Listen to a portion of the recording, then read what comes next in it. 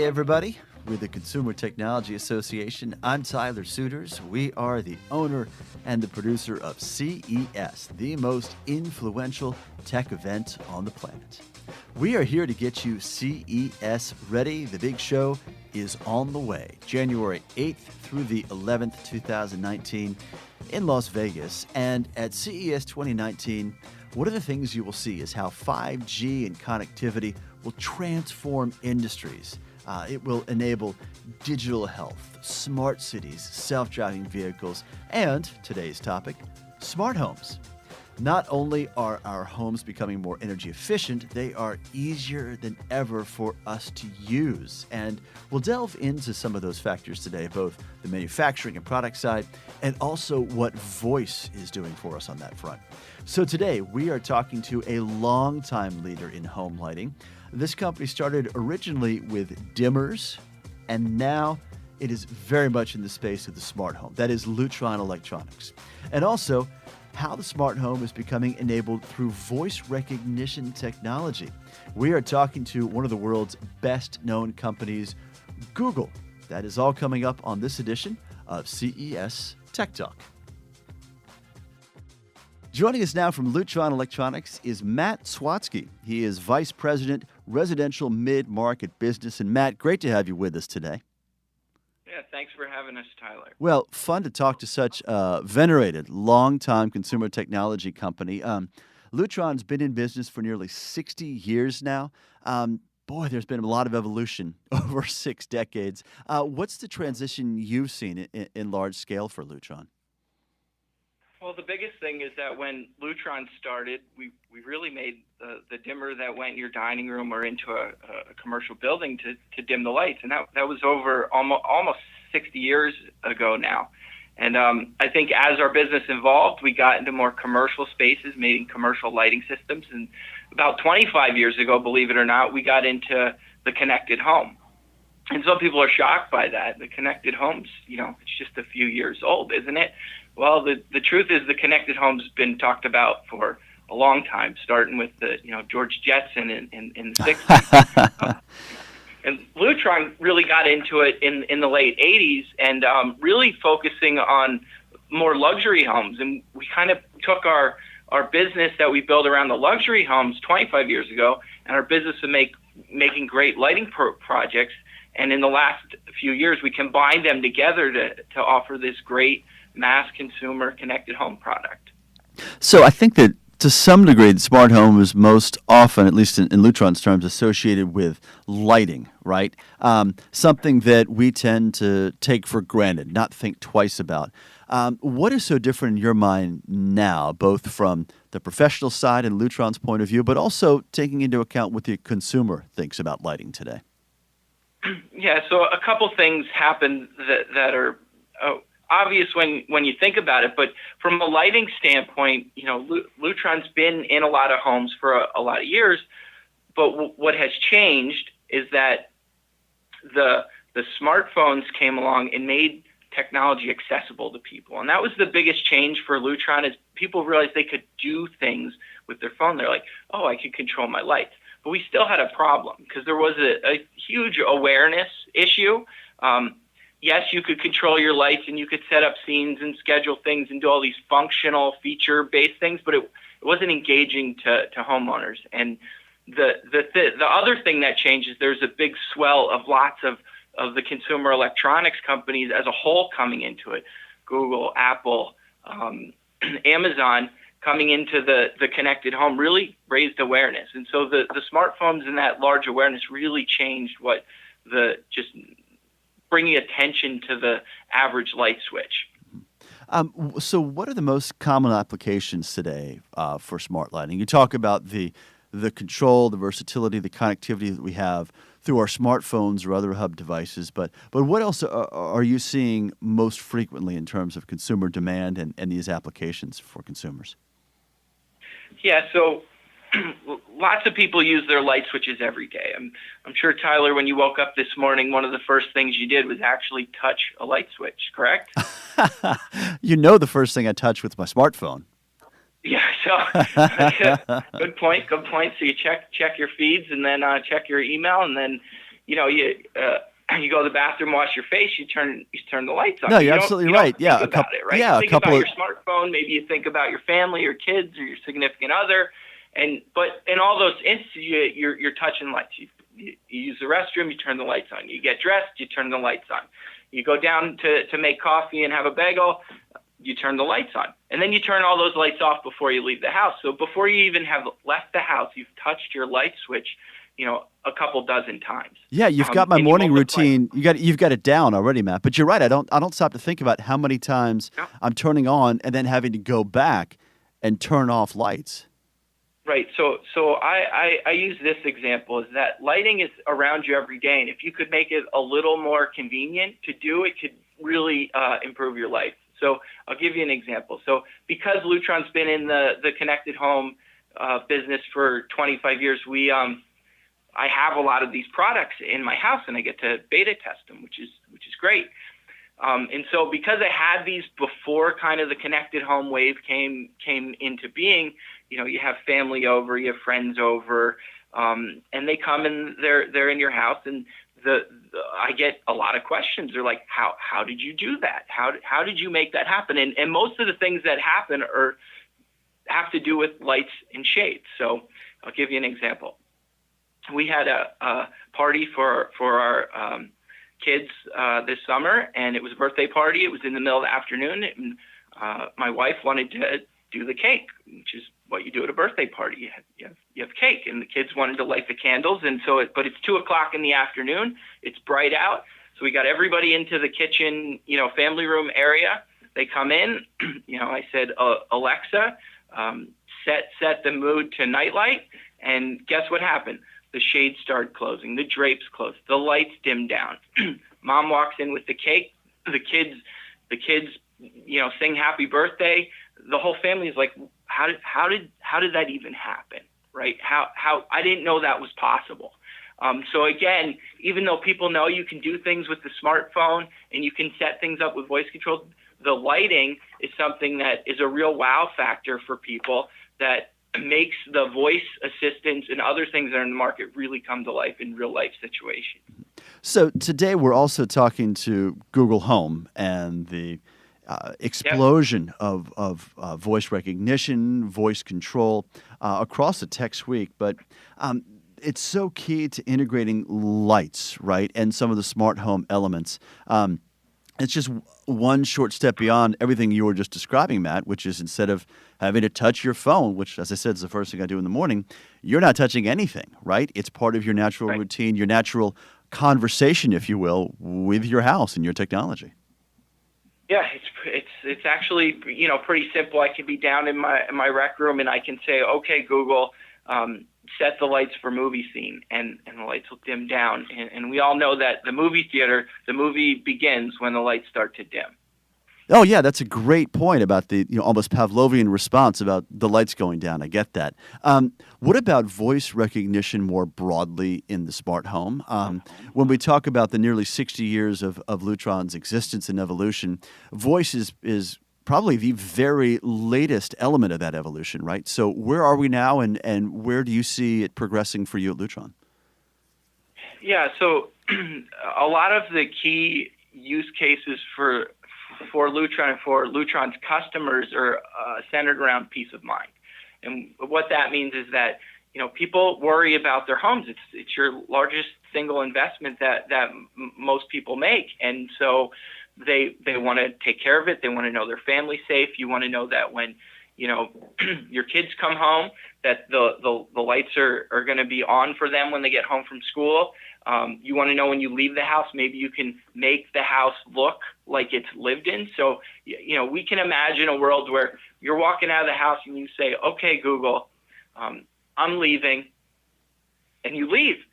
And everything just happens. The music turns off. The lights turn down. Maybe a couple front lamps in front of the front windows turn on randomly while you're away, right? But that's all by one simple phrase can make all of these things happen. And so we see that progression from if we do this, then do that, to turn into fully automation where it actually is aware of what you're doing and what's going on. and can make things happen more autonomously. So, Matt, I don't want to leave out a key step in this because we're getting way into the possibilities and the realities as well of smart home. But step one for so many consumers is, look, there's a bit of a challenge just to get this smart home technology, the products in the home, right? From what I gather, more and more people are doing it themselves. But are homeowners, in your view, installing your products themselves, or are they also finding the professionals to help them do it? What's the current balance right now? Yeah, so for example, our Caseta by Lutron product is a mix, right? It's actually about half and half. Not everybody wants to go change their own light switch. A lot of people can, but a lot of people can't, and a lot of people just would rather have someone do it. So, Lutron's a very strong, well-recognized name with the electrical contractor community. And so they have access to our products. Not only are our products available at retail outlets, but they're in all the electrical distributors around the world. And so what that means is that if you call your electrician and say, I'd like to get a smart home, they can then provide it through the training that Lutron provides to them. And we think that's a very important way, because we've looked at other parts of the connected home, and so far, even though a lot of the press and the news is about the do-it-yourself, most of the business is still professional today. The security systems are installed by professionals. The connected home that Lutron provided through custom AV installers is a professional install, and half of our new mass business is through professional installs. So, on that note about professionals, CES 2019 is on the way. The world's technology professionals will be there, the largest tech event on the planet. Where is Lutron Electronics' place? What is your strategy? What are you looking for and planning for going in, Matt, to CES 2019? So a couple different things that Lutron does is we, one, showcase our breadth of line.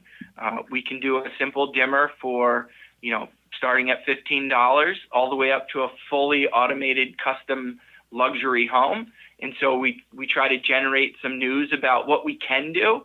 A lot of our products are out there available today. We have some new things that we'll be sharing.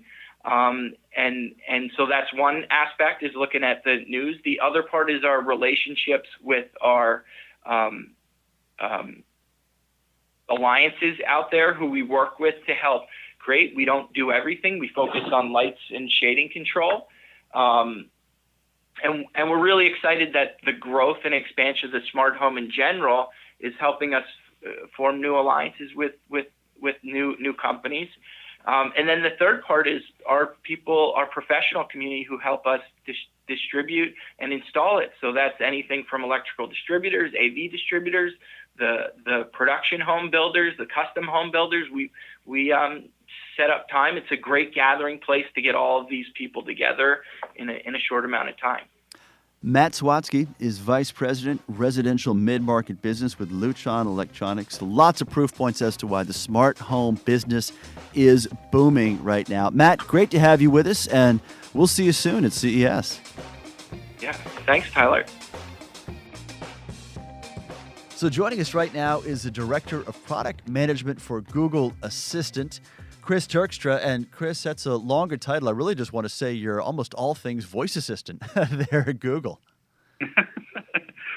Yes, it's a lot of fun. I lead up the device ecosystem for Google Assistant, and I'm really working on trying to make sure that we've got a great ecosystem of devices that really help you in the home, in the car, on the go, and really want to make sure that assistant experience is of a really high quality and consistent across all these devices, and we rely heavily on our ecosystem partners to deliver that result.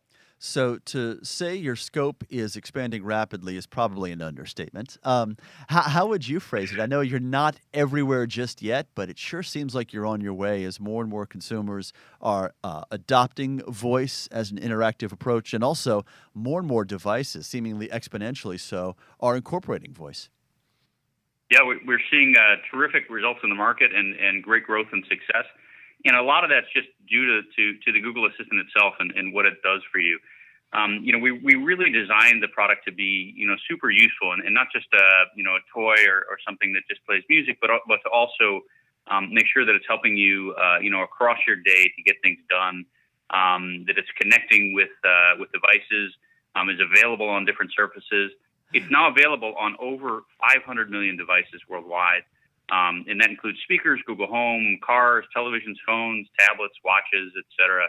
So we've seen a lot of really great growth on places that you can talk to the Google Assistant, and then also things that you can control with the Assistant. So we just in this last year have seen tremendous growth in this area. It's now available to control over 1,000 different brands and over 10,000 different devices that you can control just using your voice in a very, very simple integration. So both in the part of devices where you can actually interface with the Google Assistant, tremendous growth, but really explosive growth also in the devices that we call Works With, where you can control the device from any assistant surface, including your phone, from anywhere you are. So seeing just a lot of growth in those areas and are continuing to do so, and have a lot more to talk about at CES 2019. Well, we'll get to CES in just a sec, Chris. I very much want to hear your plans and your approach for the show. But to dive into what you were just saying a moment ago with Works With, what has you excited right now? I made a casual reference to how quickly Google Assistant is growing in its preponderance around devices and even verticals. What has you excited right now, just in terms of where you are that's fresh or what's coming down the road? Well, one of the things that we announced this year at CES 2018 was smart displays, and as you know, we released that product with Lenovo and JBL and with LG, and we are just seeing tremendous usage and uptick of those device categories. So we think bringing a screen to an AI, to an assistant, in a way that is really has the user getting the simplicity that they expect out of an assistant, but with a screenful surface. Has tremendous headroom and value, and it's got a lot of excitement for us. Mm-hmm. For example, we talked about the Works With devices before, where you can control your lights, your thermostat, even see your Nest cameras on the device. And the screen makes that so much more, easier to do. As a matter of fact, we just released a new feature on the smart displays where if you pull down from the top, you get a list of all the devices. It's organized by rooms in your home. And of course, you can use your voice to control them. But you can also touch if you want to set a temperature or a specific color for a room or light bulb. It's really making it so that the smart home is now finally possible and accessible, which is something that we love to do, is bringing this technology that's traditionally been pretty hard and making it so it's really much more accessible to a broad audience in a mass market. Mm-hmm. Especially, in the realm of, folks who've had to pay a lot of money or deal with really, really complex home automation systems or many, many different apps and trying to get things to work together. The Assistant is a platform, that once we've done these integrations, and again, there's a lot of them, you have a really nice, consistent interface that allows you to control them and manage them and feel safe and comfortable in your own home. It's really exciting, and the display brings a lot to that in terms of being able to see status, make changes without using your voice, and getting really even fine-grained control of some of the systems in your home. So that's some of the stuff we're really excited about continuing in 2019. So you mentioned the product launch earlier this year, Chris. I think that CES 2018 in many ways was the arrival of voice around the consumer technology ecosystem, at least as in a horizontal sense, it was recognized by industry broadly. For many other CES attendees, it was the year of Google's gumball machine. So you're taking on a much more visible presence at CES. So let's talk about the decision that went into that and what that looked like for you in 2018, and then where you're heading in 2019 to use CES as a showcase for voice. Sounds good. 2018 was clearly a huge year for us at CES, and we decided that it was really a good opportunity to do two things. One is to be able to from a PR perspective and from a just letting the world know that we're really serious about this space. We're very serious about this ecosystem of devices, Certainly the number of impressions we drove out of our this year rather, CES deployment were terrific. The other part of it, I think, was really to explain to this consumer electronics ecosystem. We think as computing becomes more and more ambient, more available everywhere, that really it's not just going to be Android phones, or even iPhones that people interact with this technology through. Rather, it'll be through everyday ordinary objects in your home. This is how we view this ecosystem, being critically important to us, and we wanted to make sure that the industry really understood that we're serious about it. And I think we accomplished both goals, from our perspective. Last year, along with some new product announcements, like I talked about with the smart display, we introduced a bunch of new televisions, many other devices that have Assistant built in, and of course can be controlled by the Assistant as well. And in 2019, without getting into too much detail, we're really excited about where we're headed in January of this year. Our presence on the ground is actually 3 times the size of what it was in 2018. The plans are coming together, and they look quite amazing. We talked a lot about the ubiquity of the Assistant, the availability, so you can interact with it in the different parts of your day.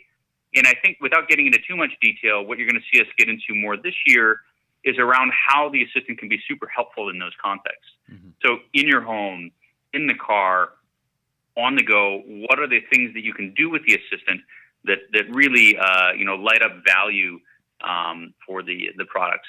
And of course, there'll be some new product announcements that we're looking forward to finally being able to show off. The booth itself is going to be quite a fun event. Without disclosing anything, we're really looking forward to taking a lot of people for a fantastic ride. Well, hearing from a person who put in 20-hour days undoubtedly during CES 2018, it's nice to hear you still so enthusiastic about what's coming up.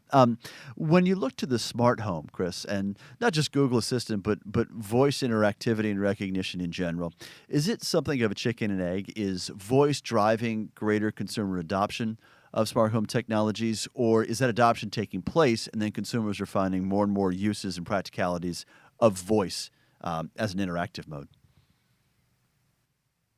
So in the smart home, I think it's an enabling and a unifying technology. Is the way that I would look like it. I don't know if who's the chicken or who's the egg, but I think if you put together the 3 things. The one is the consumer need and value you get out of actually having devices that make your life easier, simpler, and safer.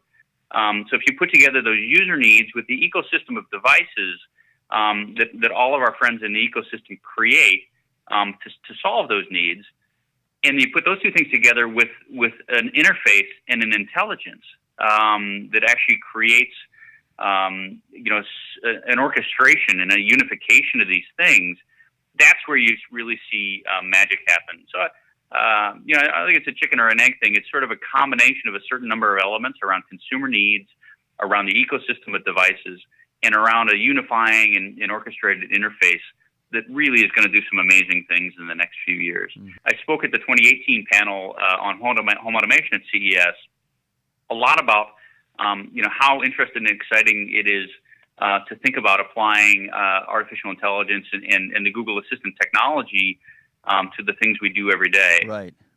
So as an example, it's one thing to turn on the lights and be able to use your voice to do that, or get fine-grained and controlled. But beyond that, users really today who want to do more advanced stuff, they have to get into programming. Sort of if this happens, then do this other thing, but only if it's not raining, type stuff. And that's really hard and is sort of, to me, is a barrier for mass market adoption. And so the stuff that I'm really excited about in our future is actually having the Assistant figure out our patterns and understand, and predict what it is we might want to do with these, with these lights or that heat or the entry systems, or how to respond to a particular emerging situation. And so I think that's a place that we'll end up really going is where you don't have to use your voice or touch your wall, but rather the assistant and the technology behind it is making intelligent decisions that make your life even more simple and automatic, frankly. Mm-hmm. So really looking forward to getting to that point where the assistant's doing the programming for me. And Chris, just quickly, a quick update from your perspective on the baseline technology we're talking about. That is voice recognition, and it has come so far in just the last few years versus the prior few decades when it was around. Where are we now, and how quickly is it improving from your point of view? You're right. It's just been amazing to see this convergence, and you're also right. It's been decades, literally decades of technology that sort of all come together. And once we started to mix it together with with machine learning and artificial intelligence, that it's gotten to be even more incredible.